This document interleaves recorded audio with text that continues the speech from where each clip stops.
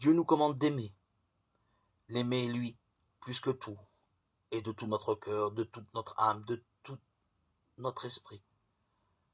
Cela pousse le croyant dès l'Ancien Testament à faire à Dieu une superbe déclaration d'amour reprise dans le psaume « Je t'aime Seigneur, ma force ».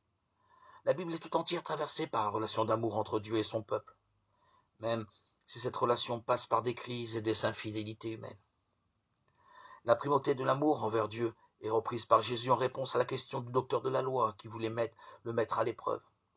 En effet, il n'était pas facile d'établir une hiérarchie des valeurs entre les 613 préceptes que les pharisiens avaient trouvés dans la Torah et dont beaucoup concernaient le culte.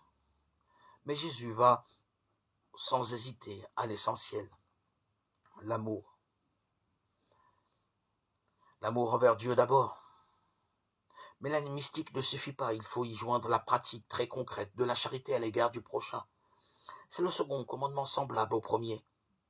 Déjà en bonne place, lui aussi dans l'Ancien Testament, dont un passage très concret annonce « Tu n'exploiteras pas l'immigré, vous n'accablerez pas la veuve et l'orphelin, tu n'agiras pas envers ton frère comme un usurier. » Ce passage tiré du Code de l'Alliance, contenu dans le livre de l'Exode, trouve une résonance singulière dans notre actualité sociale, politique, où les faibles sont souvent victimes d'injustice, voire maltraités.